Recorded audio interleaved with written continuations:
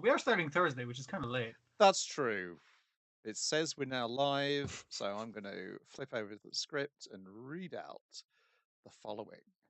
You are listening to Let's Go. Hang on a second. Brian's been too eager to record the podcast. So let me restart. Bear with us, viewers, as Brian realizes he's not actually recording it as a podcast. There we go. Oh dear. I didn't even check I was coming in the right mic. Oh, So Everybody's coming in fine. I've listened to the stream. closer so to the fine. mic. Further away from the mic. Yeah, you want to get a little close to that mic, Dwayne. Righty-ho. Right A little closer. Here we go. I'm going to try reading this introduction out one more time. You are listening to Let's Go, the weekly anime podcast about weekly anime from Dynamite in the Brain and Secret of the Sailor Madness. So come along and hang with the Let's Go gang. It's Dwayne. Hello. It's Niall.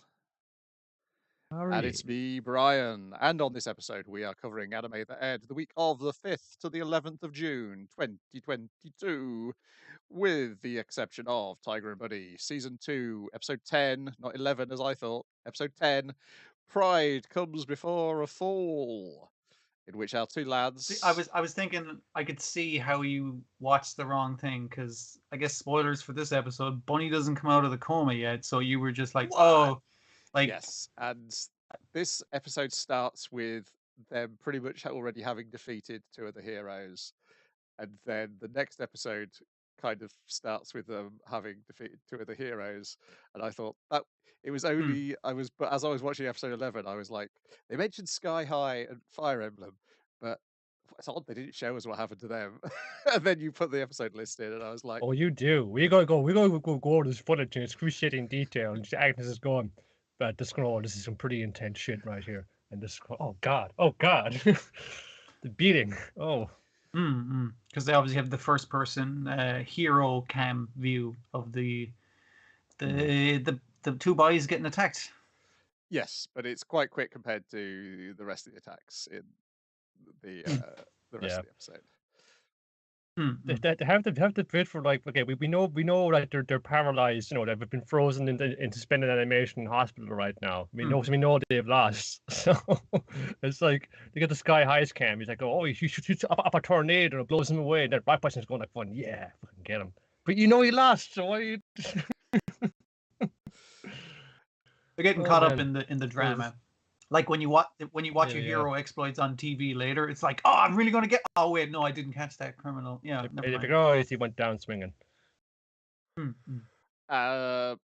Yeah. So yeah, they're mysterious. So they think they've got. Oh no, they don't know the powers fully till later on, do they? Because that's part of his trick. Is he pretends that he's. It's basically what tips off Tiger is while visiting Barnaby in hospital. Himself, Bison, Rock Bison, and the two younger girls are Kid and Origami Cyclone. No, you're right. Sorry, it's Origami Cyclone. You're right. Going by the hospital visits, yeah. Yeah, they're all visiting.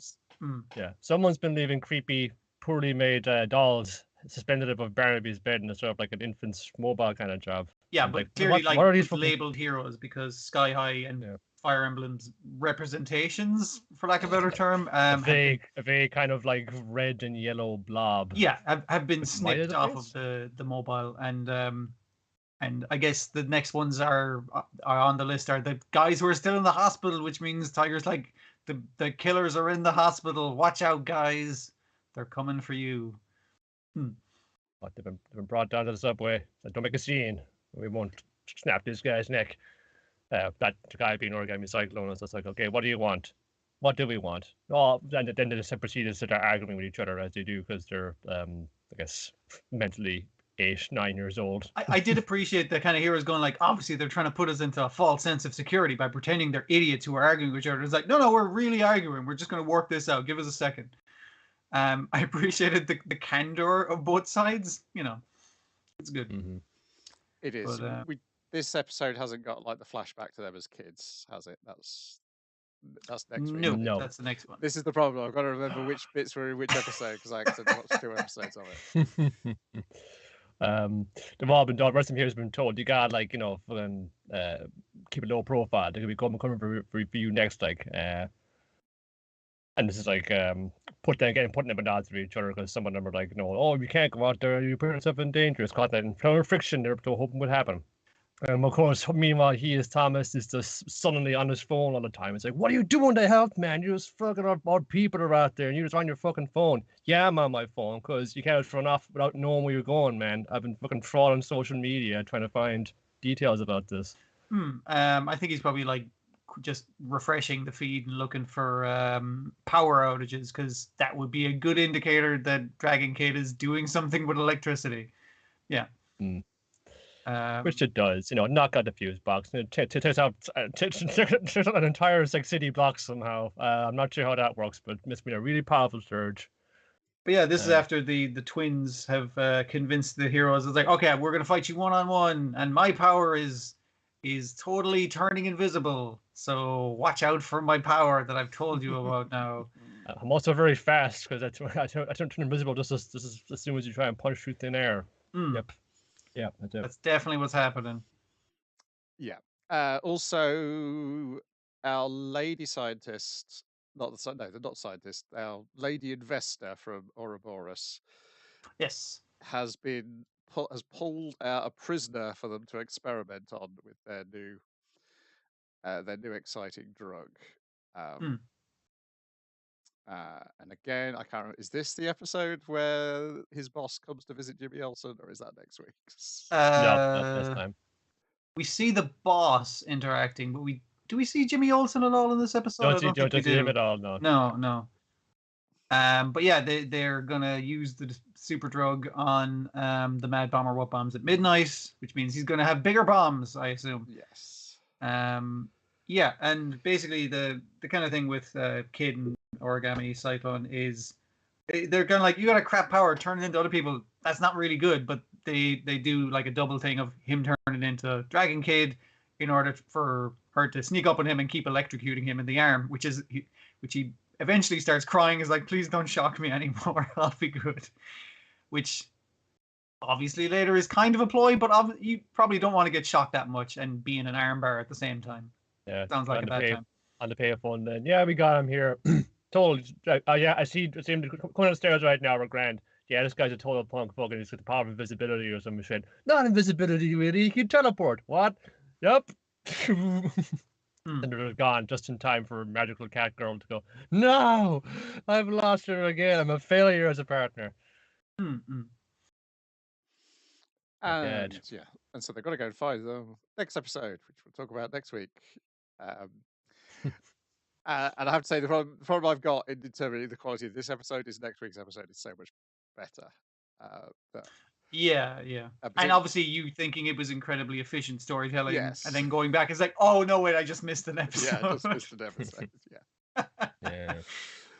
Well. Yeah, so I'm not sure. I guess the thing it showed you was how Sky High and Fire Emblem got caught out. And also, I did not know who she was referring to when she said blue-eyed mouse in the next episode, which is the let's say the Mad Bomber What Bombs at Midnight. What happens to him? Does he just overload with his powers? It appears to enhance like powers, the drug that they accidentally made. So yeah, I presume he makes bigger bombs. Yeah, because they switch him for somebody else in the next episode. Okay. In a decision which I suspect will prove to be our villain's downfall, but we'll learn about that next week. For all the bad decisions our heroes make, the villains also appear to be making incredibly bad decisions, which is a pleasure to see as well. It's not like these two kids are particularly smart. It's just they've got some sort of almost animal cunning about them. And then they have good backing as well. Like they wouldn't be able to do any of this if Daddy wasn't like taking them in private planes to a new city to beat up all the heroes. Yeah. And I guess we'll see more of their relationship with him and how he figures in with them, and like why is he looking after them? I guess he seems to care for them more than his counterpart does in terms of her plans. Yeah, because he worked his way up in this organization from nothing, man. He came from the same evil orphanage that they came from, seemingly. Yeah. Yeah. I'm not from based on what we see next week. I'm not sure there was necessarily an evil orphanage. Ah. That's because all oranges are evil. Yeah, I mean, like foster homes are better. Yeah. But yeah, I was looking forward to some sort of like evil orphanage of crime, much like a circus of crime in the Tiger and Bunny universe. Yeah, They keep trying to make evil kids. I don't yeah. know. I just wonder if there's like an orphanage where nexts were sent at some point in the past. Oh, because there is a lot of prejudice against them. Yeah. So, and yeah, they were talking about how Thomas had trouble getting adopted as opposed to his sister who had no powers. So Yeah, much so easier it to could adopt even her. be turned out to be the orphanage we've already seen. in Yeah, his I suppose flashback. so. Particularly because they constantly say he's like us. What, he's a moody teenager? Yeah, for Yes. sure. Because he was the one they had a conversation with in the museum. That's true, actually. Yeah, he's had the most interaction with these guys besides them beating on you. And yeah. they were, because he was looking at the exhibit about, is it L.L. Auden, the anti-hero, the guy who couldn't become a hero because his dad was a villain, who also had the same power that Tiger and Bunny have got. I was looking at the wiki. Apparently, according to the novel, Mr. Legend also had that ability as well. It's a basic shit from Mutant Yeah. Gene Factor. Fast, precise, Or pointless. maybe like there's always like two of them appear at the same time. That could also be the thing. Oh, like there's a synchronicity kind of thing. Yeah. Also, like Unbreakable. Yeah, I guess it. So they'd broken him out of prison, hadn't they? Was it clear in this episode who had beaten up him and left him in the tree? Because it was almost. We saw him dangling in the tree. No, I don't think it's resolved in this that was episode. the thing. Yeah, because I was like, I'm still not sure whether it was them or whether it was Yuri had been convinced. Did they watch someone else beat him up and put him in a tree? Yeah. Or what they were looking at was actually Sky High and Fire Emblem. Oh, yeah, they're not even at the scene. Yeah, could be. Yeah, I might have to go and look at those two, the end of last week's episode and the start of this week's. Again, because maybe that is a thing where it actually does work better if you're binging it and you go from one to the other. Could be, yeah. Then we've got Birdie Wing, Golf Girl Story, episode 10. Evangeline is frightfully upset. See, this is the kind of fucking JoJo's mind game mini golf that I'm fucking down for. This is the good shit. Yeah. You may be the master of the driving range, Eve, but how can you fare on the miniature scale? And finesse against the master of putting. And calculation. Just usually does. I'm just gonna keep. Doesn't matter what golf is the same as loading the gun and shooting the man. So I'm loading a very tiny gun and shooting a very tiny man. How does this one open? Is it her refusing to join the golf team and just looking for her best friend to golf with? She just wants her match with Albie funds. Hey, bitch, you're trying to say we're going to play golf. Yeah, but I gotta go to school. I got responsibilities. Fuck that. And fun, it's like everyone's making a scene in the hallway. Like everyone's going, oh my, who's that? Fun. They're half of them are kind of going like, oh, we've heard she's like, this like, exotic foreign exchange student, but she's getting the rep as being pretty mean actually. Because she keeps going, what the hell are you? The boisterous and loud foreigner in the Take a photo. It'll last longer. I can't have attitude. Poor Ichin is following around like, dude, you gotta chill out. Fucking everyone's starting to think really fun, aggressive, and scary. And you got no chance to get into the golf club then. It's the only way to go get to play golf. It's also, if you join the golf club, you get to stay in the dorms, and you literally have no place to stay here in Japan. Yeah, no problem. Hey, sweet cheeks. Hey, how about you have some fun? Yeah, she instantly flips from the harsh persona to the very attractive to other girls persona, which means they can go on a night on the town and go shopping and do the try on a bunch of outfits things. It's like, whoa, you're getting all of it done like really fucking quickly, very efficient. Well, she did naturally. She just nails it right there and there. It would be a waste to tell that to anybody else would be a crime against you, my lady. Just take it, please. It's free. And then they run into, as they're on the town, they run into a girl from a different high school golf club. This is, which one is this? Is it Search the line. Oh, that's her special ability. nickname Yeah, anyway. yeah. Is it Issei Shiba Kuyo? Yeah, yeah, that's the one. And then Kuyo, yeah. and Kuyo then to her you. captain shows up later on to prevent her from getting from having her confidence destroyed. Because yet again, that is Eve's plan, is to destroy this woman's confidence. Like she's doing the find the line, find the perfect line, and not deviated from one jot on the mini golf course. I think the bet is if I win, you have to tell me your name, which is a very minor scale bet.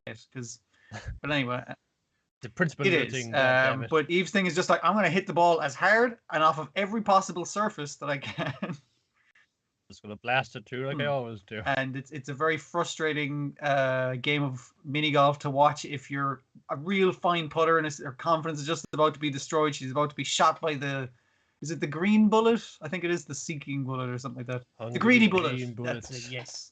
The captain stepped in and is like, hey, let me take it from here.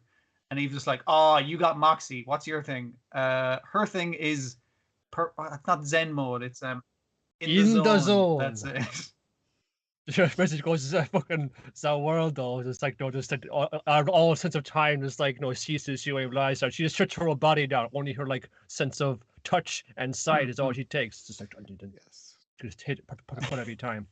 Chika does the thing. Chika does it well, like the sandwich. So I see you're a real shooter as well. You're getting me excited, says Eve. She chips the ball. There's a perfect arc through the air. Just kind of visualize this flower garden. It's kind of like this blooming, along the path of where the ball's going to land. And then there's a little dunk. It bounces and rolls in, really sweet. Hole in one, very good. Oh, well, I believe it's your shot. It's like, okay, it's going to blast it through like you always do. And it says, wait! It's a trap. What do you mean, Ichina? Maybe my caddy is so bad. Try to say you got to watch how I play golf. Yeah, but can you trust me on this one? But that ball landed from a great height. That's just a little dent right there. If you put right down that line, it's going to swerve out either side. You're never going to get that ball in. So what do we do? Just trust me on this. Just like, I guess, like, she'll probably get a cool name for her being able to read a green at some stage. She's basically running every possible play that you could do based off of this angle. And it's like, basically, she hit it at an angle and use the divot to aim your ball, basically. And yeah. It's all good. It works. It's a draw. We could go all night, but I'm afraid we have like things to do. Like, all of us are out way past curfew, so we should really get back to our various dormitories. Yeah. And it's we gotta practice because we're going to be in the all-girls national doubles golf championships next week, or in a couple of months. It's like, okay, I see your game here. I see your game. Hey, Coach Amaro, by the way, we're not even going to disguise the fact you're the same voice actor. We can call you the same character name. I want to be in the golf club. Okay, that's fine by me. Try to do some kind of tests. No. I think. Yeah, and he was the one who sent these assassin golfers after her in the first place. Just to test her, see if she was good enough, and she is.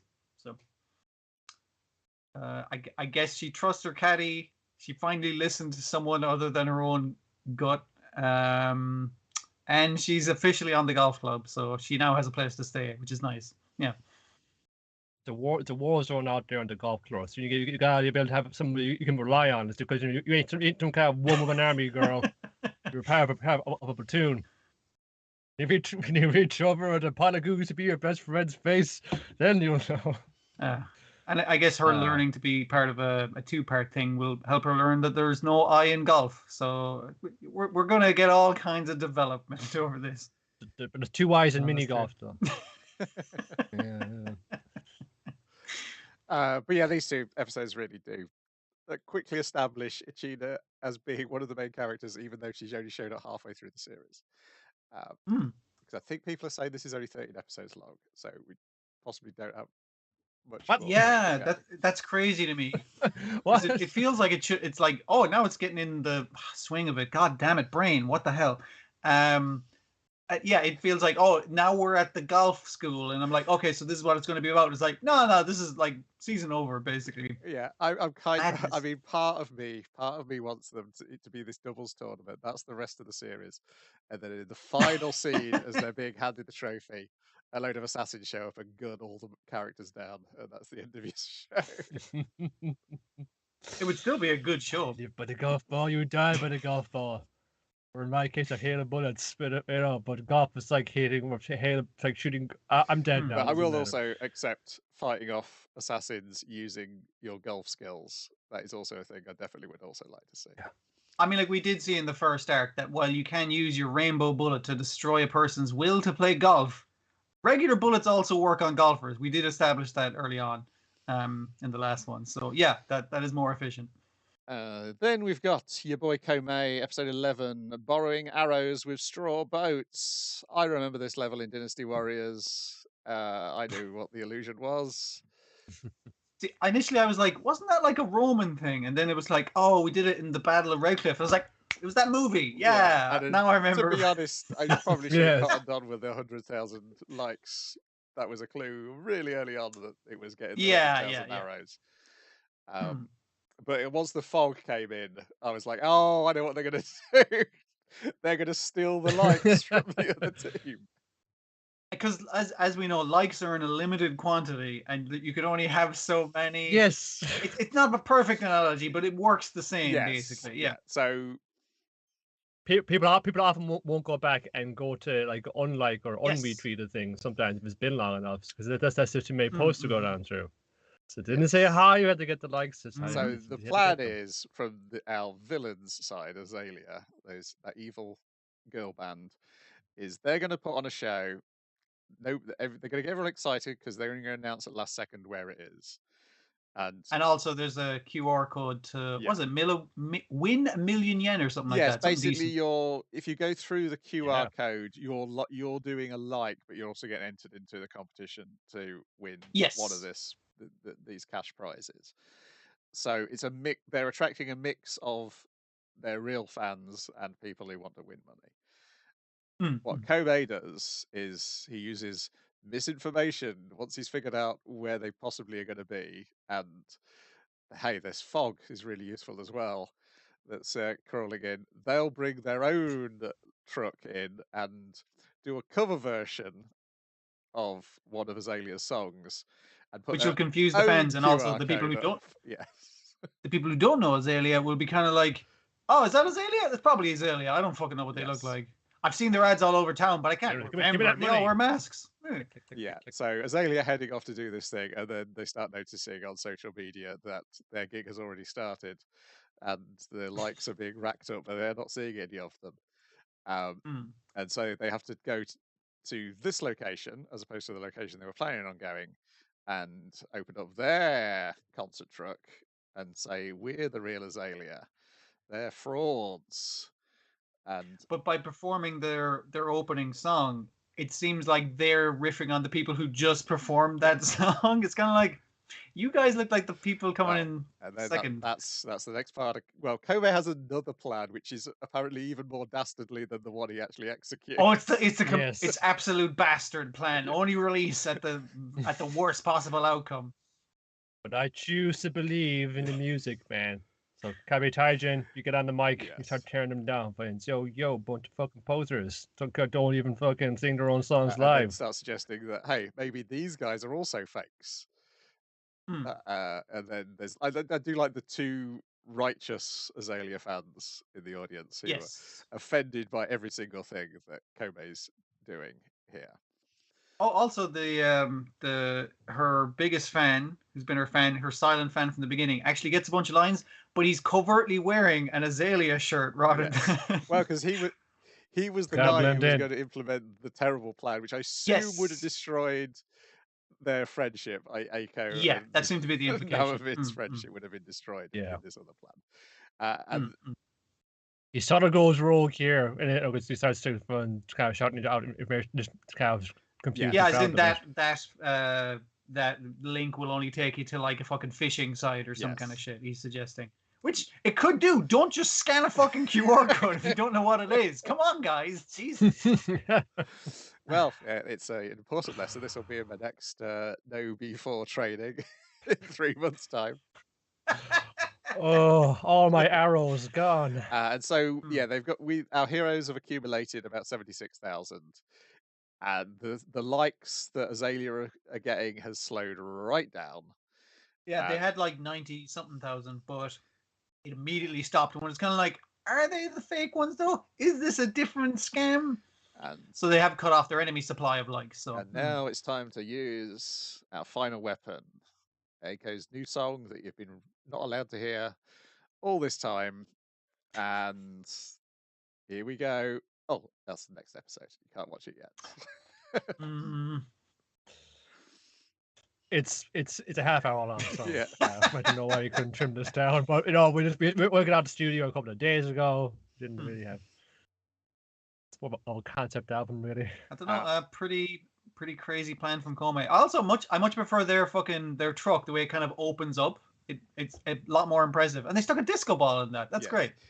And we do get the moment where the moment of the manager realizing which historical plan it is that he's implementing this time. What's Kongming up to this time? And it's like, oh wait, I know all the history. I know what he's up to. Yeah. Yeah. It felt to me very Pat Labor 2, Pat Labor movie 2 as well. It's just like foggy morning, we're kind of rolling in, this kind of trucks out there. It was this like aura of misinformation and suspicion in the air. Much faster paced than Pat Labor 2 though. Because this and much more funky music. This episode just maybe Pat Labor 2 needed more rapping. I don't know which character you'd bring in to do the raps out of the cast you've already got. Oh, if Shige would do that. So you could just get Shige or Chiba. That's true, yeah. I see. I can see that for sure. This episode's fantastic. It moves along with such a clip. It was over before I knew it. Then we've got The Demon Girl Next Door, episode 2. No, it's season 2, episode 9. Pitch Black Feelings, Darkness Peach Returns. This was definitely an episode where you could see its origin as a 4-panel gag strip. Yeah. They didn't. A lot of it didn't work as well. Besides the single joke at the end of each bit. But I mean, the jokes were generally funny. But oh yeah, I mean, there was one of my favorite jokes of when the occultist alchemist girl shows up in their attic and says, "You may be wondering why I'm hiding in an attic. That's because there's an attic here for me to hide in."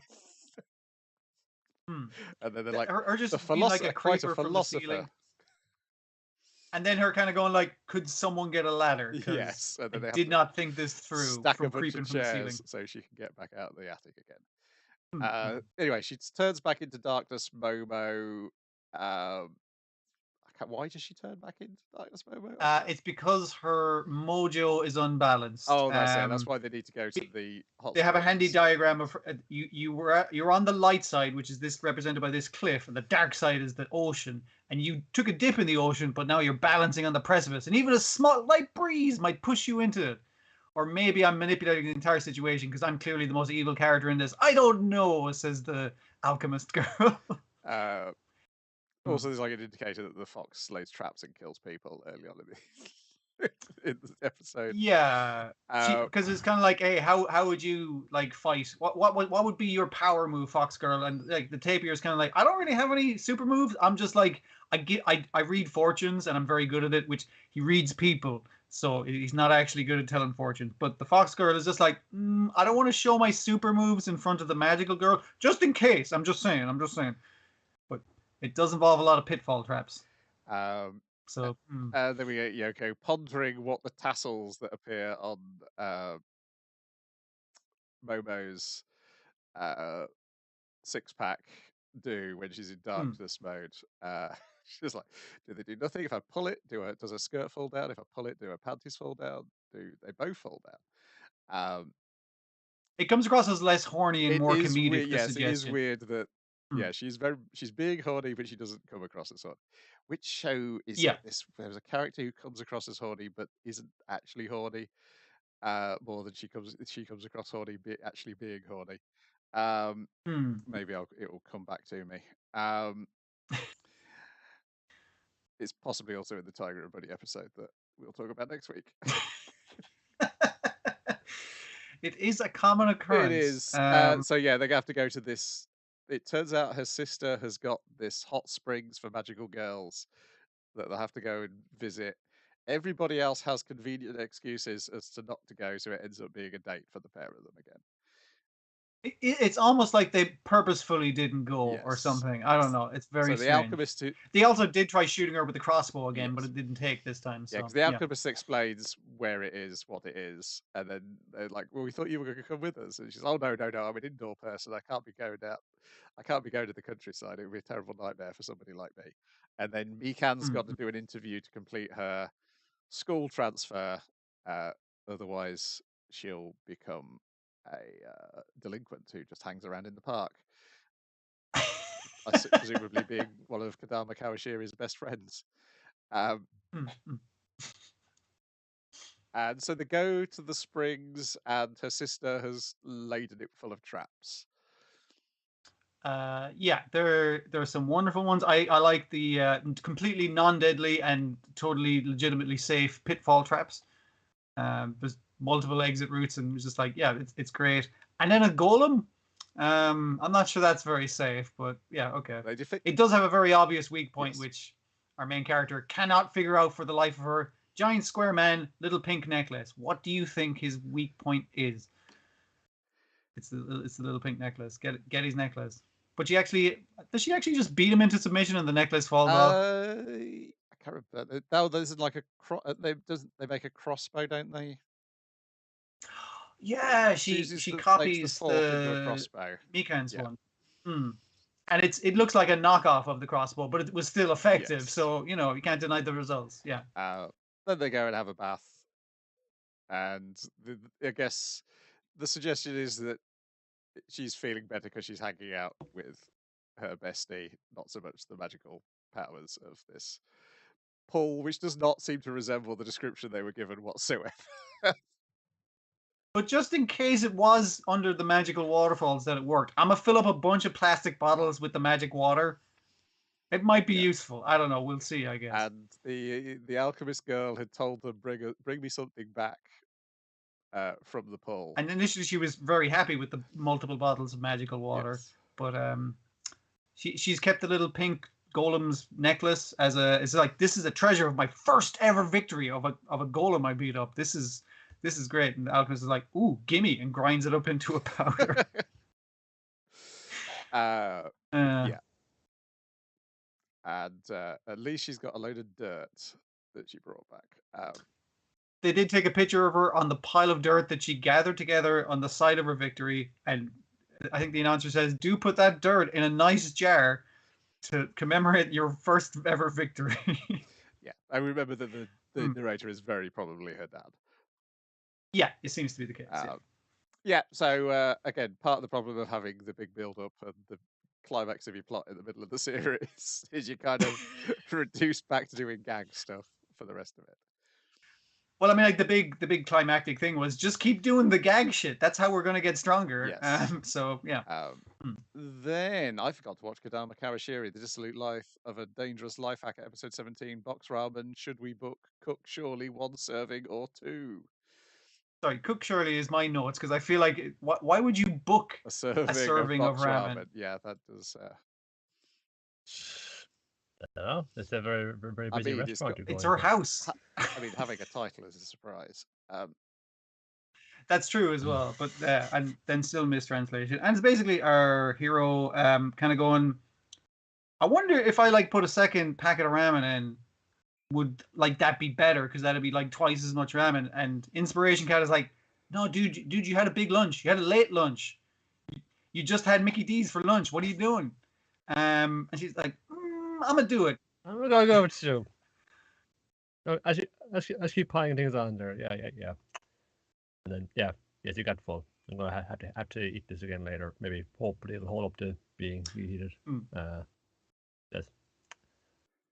Great tragedy. Yes. The reason they're in one portion things is because that's enough for one person. Don't put 2 portions in. What are you doing? Also, it's instant ramen. You can just make another one if you were hungry again. You could have got to just break off a half of That's one. true. Well. Obviously, 2 is too much. Just do like 1.5. I know that feeling. It's like, oh, that was so good. I wish I got a second stomach to have more of it, but then you don't. Yep. Okay, and in the time you took to explain it, I've caught up. So there we go. Right. Excellent. We're all good. Then we've got next week. Kaguya-sama, Love is War, Ultra Romantic, episode 10. Kazue Makihara wants to have fun. Chika Fujiwara wants to unmask Miyuki Shirogane's culture festival. Yeah. It's pushing up front. Yeah, it's kind of weird. Oh yeah, no, this is the horniest thing this week. By a good deal, I think. Yeah. Specific horniness, like specific niche horniness, ASMR horniness, yes. That kind of shit. Yeah. It's behind the scenes of how they've done their haunted house. You know, go have a fucking creepy ass story. There was this girl with fucked up ears, and she was jealous of girls with normal ears. So she became a ghost who would cut off your ears. Give me your ears. Cut off your ears. Oh my god. They would get into the locker, you know, lock her alone, you know, you're just the only way to hide from her. And then they'll also put on these headphones and on this blindfold. There's no explanation as to headphones and blindfolds with the lore. It just go with it. We were massively under budget for this, over budget for this, so we had to do, like, a lot of it it's in your head, but we have researched into binaural sound. So it's like a whole 3D experience, basically, while you're locked in a locker with someone else. It's good enough for Max Headroom. It's good enough for you. Yeah. So we gotta get in the studio and start laying down some of this stuff. We need like somebody who can be kind of squeamish and react to this. You seem the squeamish type. Let's get sit you down here and start like doing things like kind of like clipping like kind of really rusty scissors like next to your ears and like see if we could good. They're basically using her as a microphone, but she keeps screaming and ruining all the takes.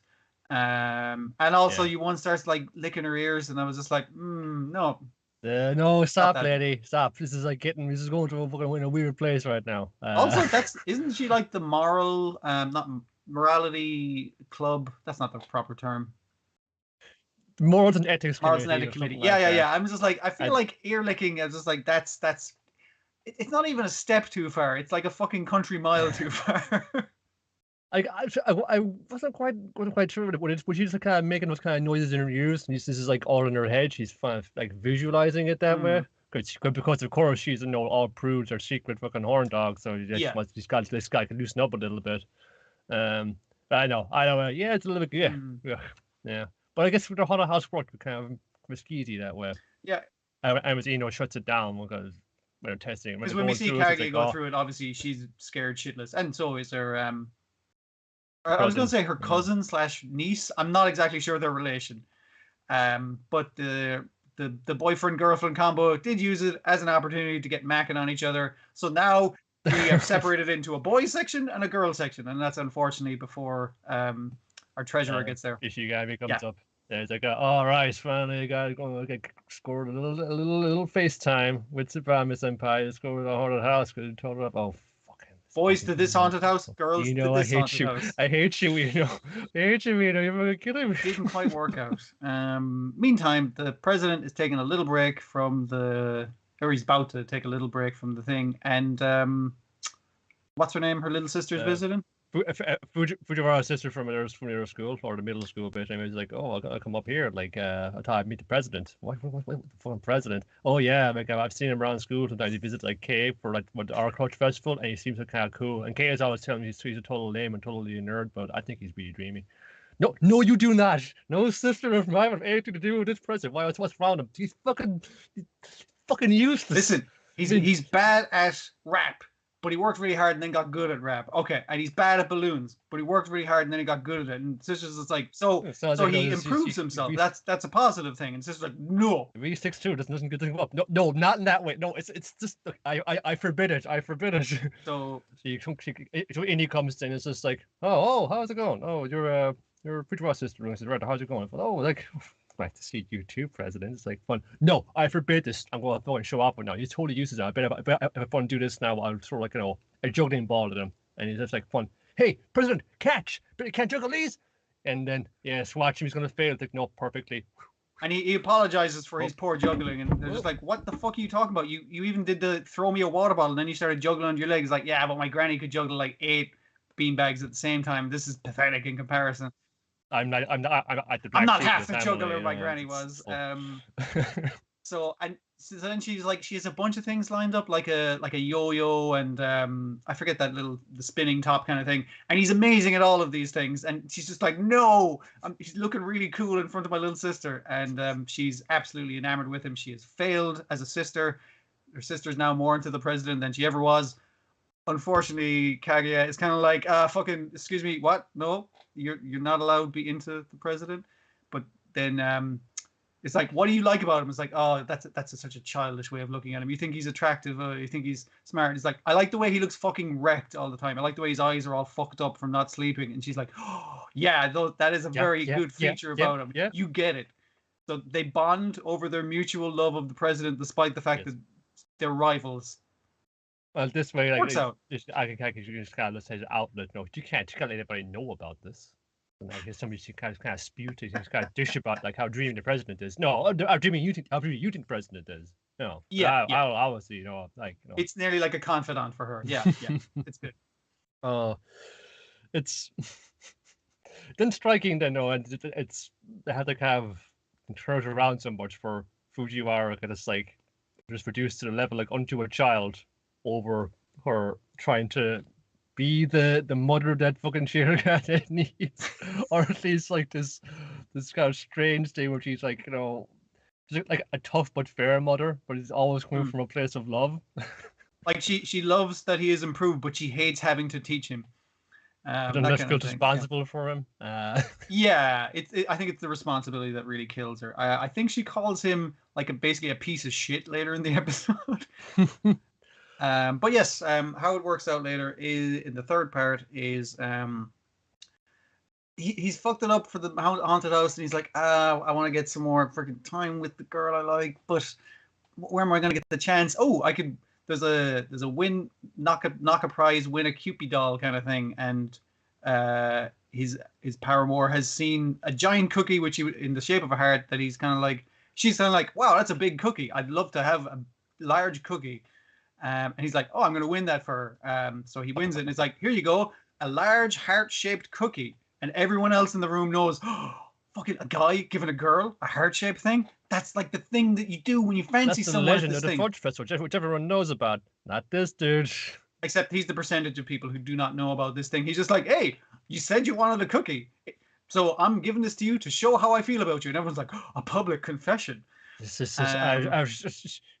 got me.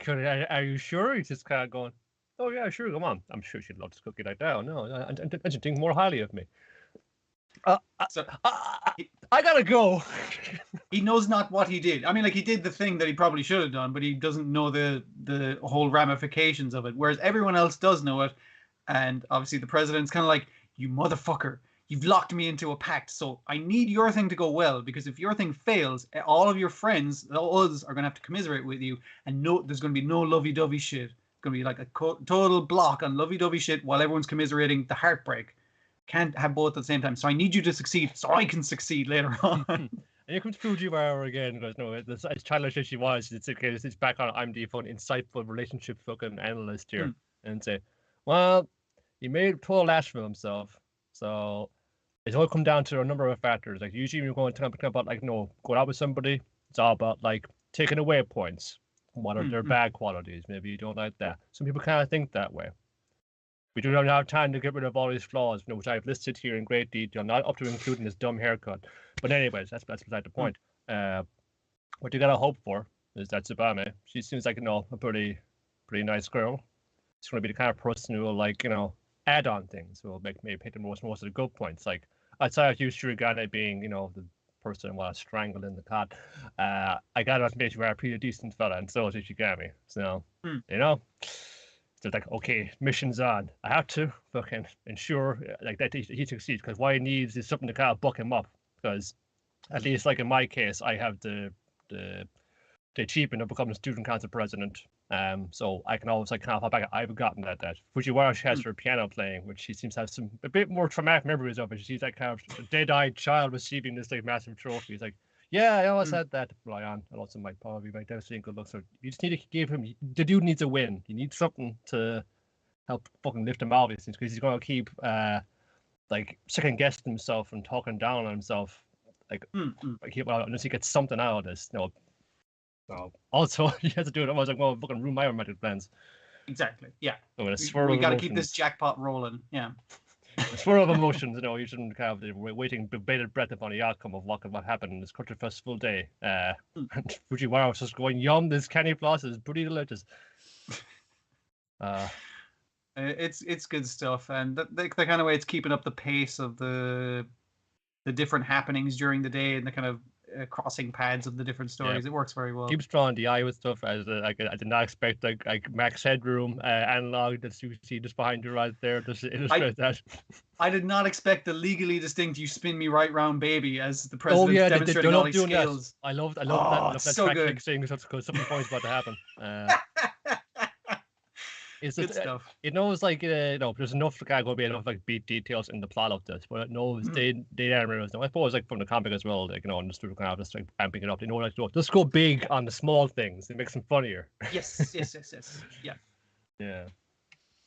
Then we've got Dragon Quest: The Adventure of Dai, episode 81, The Battle in the White Garden, in which we don't really have a battle in the White Garden because the first half of the episode is taken up with Lahal. I can't remember. Larhart. Yeah. Basically telling your uncle you don't have to fight anymore. You can have a rest.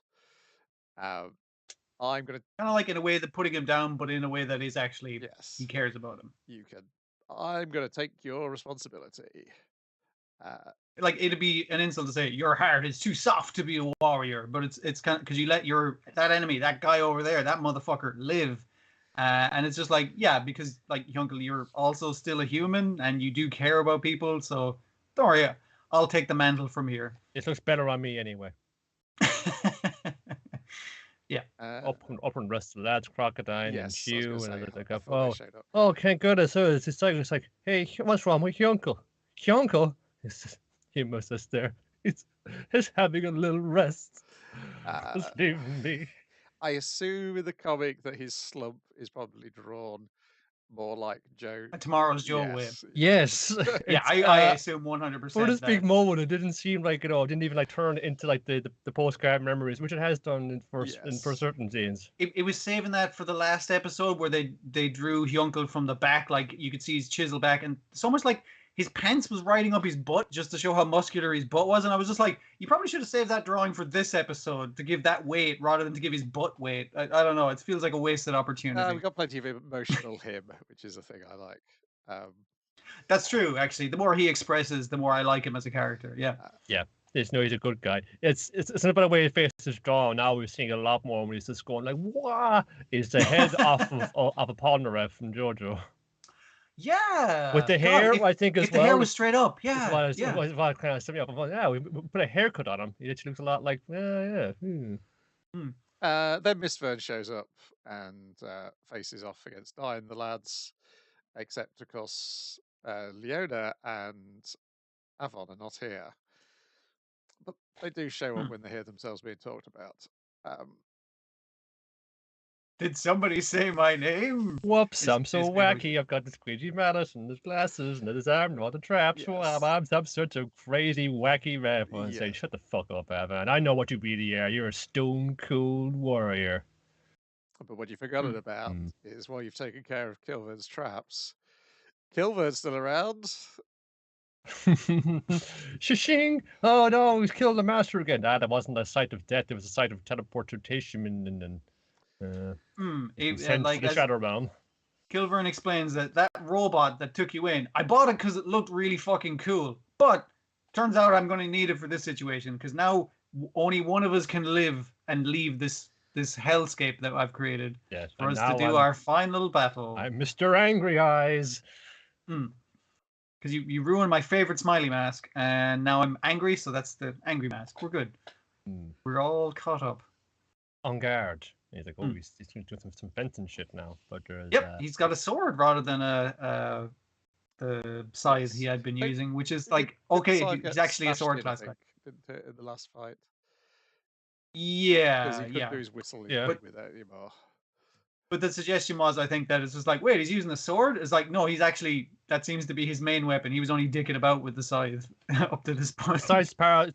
It's part of like it's part of the Reaper thing. like Yeah, yeah. The hero's part of your superstition and cowardly lot, but put fear into their hearts.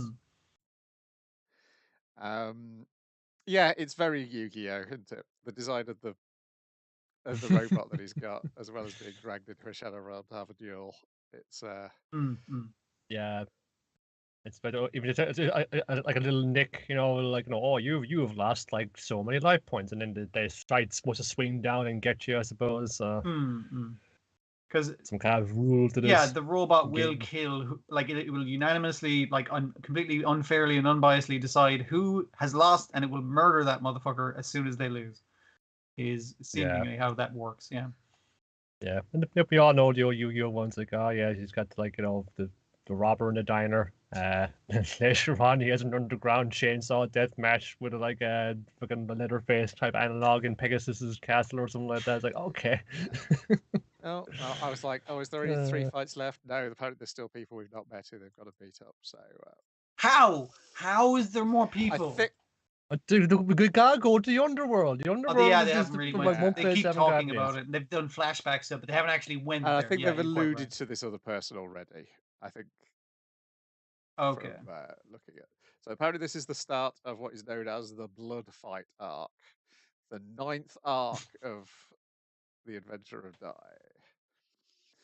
Okay. Blood Fight. Or maybe the 10th, because the 9th, and then there's only one more arc after this, so we're getting close to the end.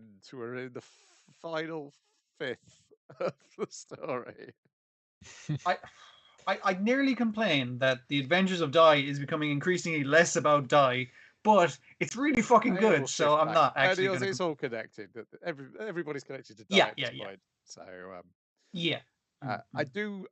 I mean, you got to admire the confidence of Vern. I feel like at this point, if I was Vern, I would be questioning whether my plan was going to work.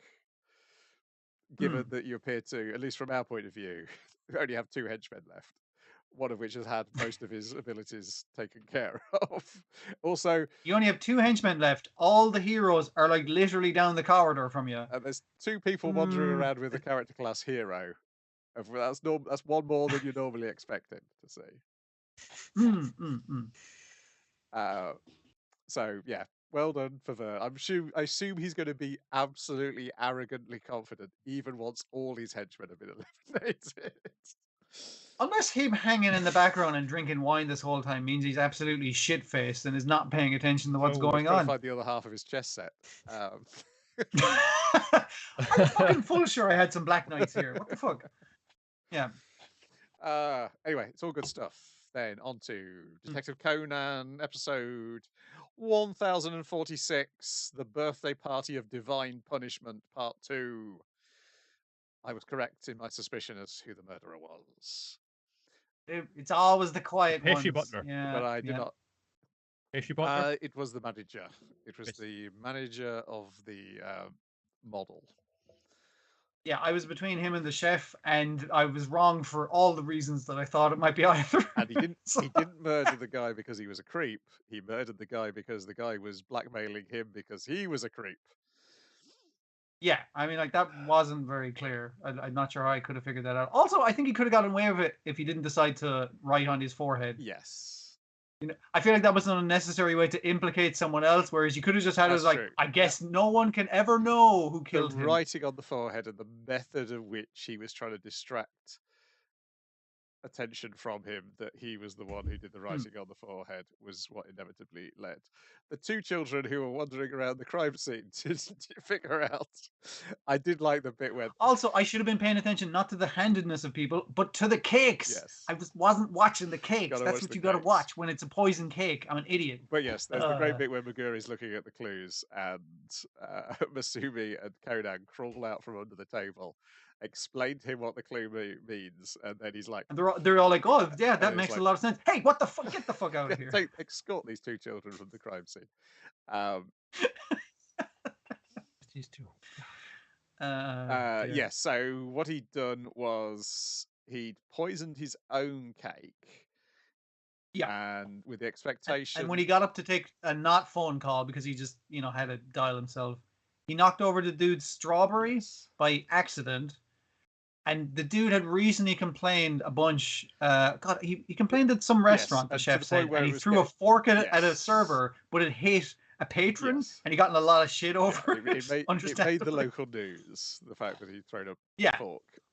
A fork into someone, yeah, fair enough. I think that deserves to get him a lot of shit.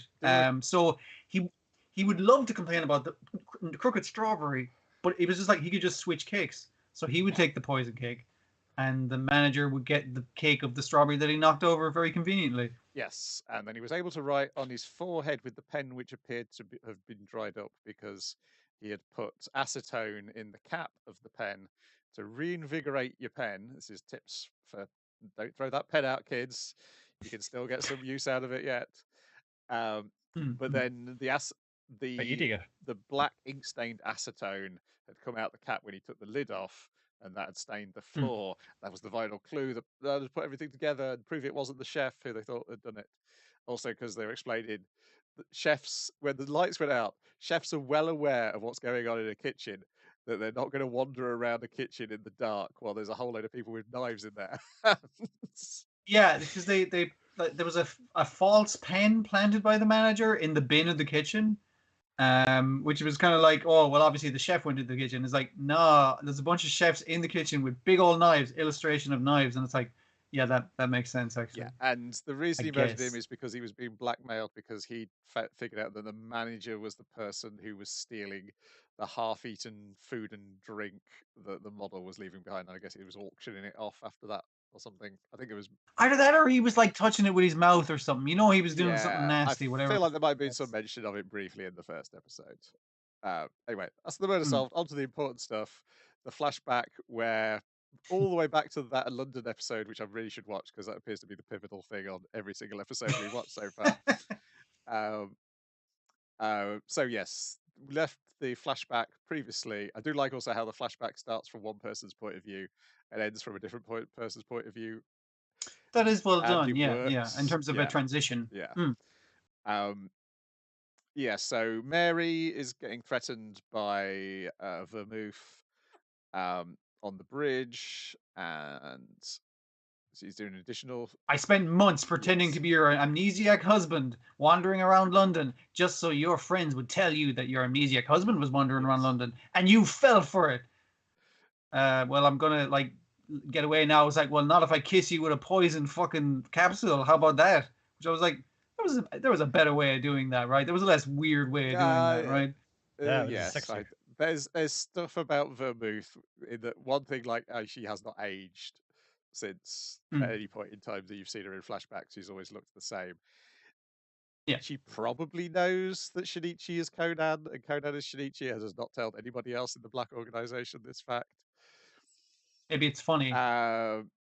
Yeah. So the question is, and at this, as we learned in this, Conan, the point at which she's poisoned, Conan has been poisoned for, I guess, months, but decades somehow. in our time.